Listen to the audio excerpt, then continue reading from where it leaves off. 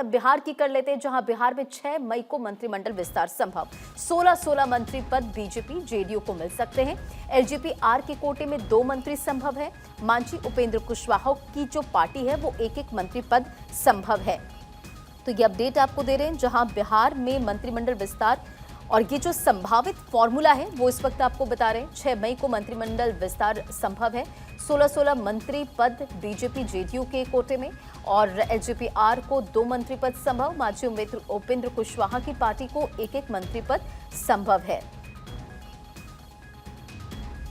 तो बिहार में मई के पहले हफ्ते में मंत्रिमंडल विस्तार पर अंतिम मुहर लगेगी। सर्वेश सिंह इस खबर पर एक अपडेट के साथ जुड़ चुके हैं। सर्वेश, बिहार में 6 मई को मंत्रिमंडल विस्तार संभव है और ये संभावित फॉर्मूला है जो निकलकर सामने आएगा, यानी कि 16 मंत्री पद बीजेपी जेडीयू को मिल सकते हैं। क्या कुछ और अपडेट है?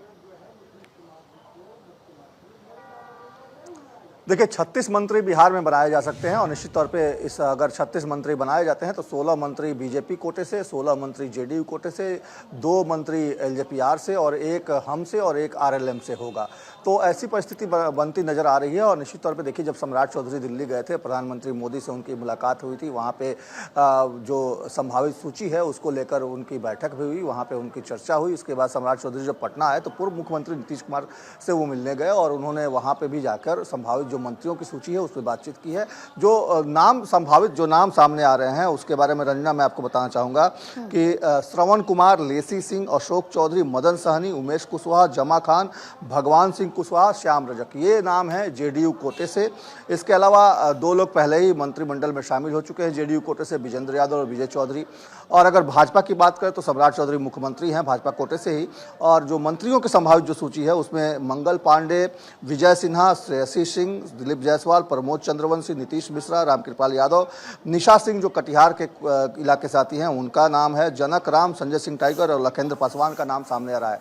इसके अलावा संतोष मांझी, संजय सिंह, संजय पासवान और दीपक प्रकाश, ये 4 नाम जो हैं, बाकी जो सहयोगी दल हैं उनसे उस कोटे से आ रहे हैं। तो एक तरह से कहा जाए तो मंत्रिमंडल में जो संभावित चेहरे हैं उनके नामों की पे एक सहमति बना ली गई है। अब इंतजार 6 मई का है और माना ही जा रहा है कि क्योंकि 4 मई को रिजल्ट आ जाएंगे, जो कई राज्यों में जो चुनाव हो रहे हैं उसके नतीजे आ जाएंगे, उसके बाद मंत्रिमंडल विस्तार बिहार में किया जाएगा। और माना यह जा रहा है कि 6 मई को वो दिन शुभ दिन हो सकता है जिस दिन बिहार में मंत्रिमंडल का विस्तार होगा और सम्राट सरकार पूरी तरीके से फुल फॉर्म में आ जाएगी। रंजना, सर्वेश, ये जो पूरी तरह से विस्तार हो रहा है मंत्रिमंडल का, इसमें किन तमाम बातों का जिक्र किया जा रहा है, क्या ध्यान में रखा जा रहा है? जातीय समीकरण को भी साधने की कोशिश होगी, यानी कि उसे भी बैलेंस करने की कोशिश होगी, और इसी के साथ साथ जो ये पूरा विस्तार है वो पूरी तरह से परफॉर्मेंस पर भी होने वाला है।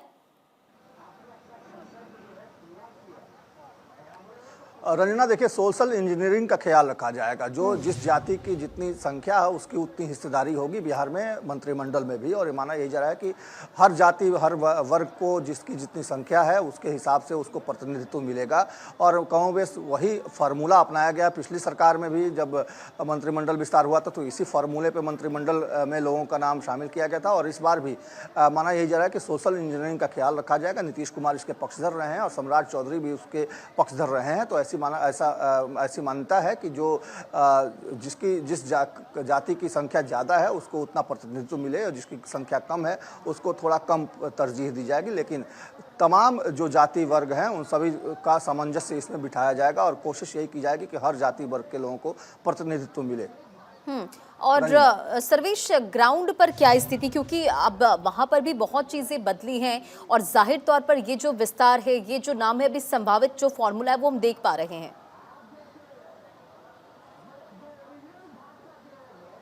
रंजना, देखिए, परफॉर्मेंस सबसे ज़्यादा एक तरह से कहा जाए तो इम्पोर्टेंस रखता है और परफॉर्मेंस के आधार पर ही नामों का चयन किया गया है। ये कई नाम ऐसे हैं जो पिछले बार भी मंत्रिमंडल में शामिल थे। इसके पहले भी श्याम रजक की बात कर लें, वो मंत्रिमंडल में उद्योग मंत्री रह चुके हैं बिहार में। तो नामों की का चयन उसी तरीके से किया जा रहा है जिनके परफॉर्मेंस अच्छे हैं। मंगल पांडे की बात कर लें, स्वास्थ्य मंत्रालय में बहुत ही अच्छा काम उन्होंने किया है। तो उसको देखते हुए उस लिहाज से ही तमाम जो नाम हैं उनका चयन किया गया श्रेयसी सिंह की बात कर लें, युवा और खेल मंत्रालय में उनकी पकड़ बहुत अच्छी है। उन्होंने अभी हाल ही में कई सारे गेम्स भी बिहार में कराए हैं, तो उसको लेकर भी देखा जाए तो जिनका भी चयन किया गया वो उनके परफॉर्मेंस के आधार पर ही किया गया। रंजना, ये जो फॉर्मूला निकलकर सामने आया, सर्वेश, क्या इस पर पूरी तरह से मुहर लग चुकी है? देखिए, अभी मुहर जो है वो लग चुकी है, क्योंकि आपसी सहमति बन चुकी है। कल नीतीश कुमार से जब सम्राट चौधरी मिलने गए थे तो इन तमाम नामों पे उनकी चर्चा भी हुई है। इसके पहले प्रधानमंत्री से जब वो मिले थे तो वहाँ भी उन्होंने चर्चा की है। तो माना ये जा रहा है कि सहमति आमतौर पे बन गई है, लेकिन अगर क्योंकि 6 मई को मंत्रिमंडल का विस्तार होना है तो उसके पहले कुछ नामों में फेरबदल भी हो सकता है, क्योंकि पार्टी के आलाकमान की एक मंजूरी लेनी होती है, अंतिम फैसला उनकी तरफ से होता है। लेकिन अभी जो है नामों पे सहमति, आपसी सहमति जो बनाने की कवायद है, वो एक तरह से कहा जाए तो वो पूरा कर लिया गया है। रंजना, ठीक है सर्वेश, आप हमारे साथ बने रहे।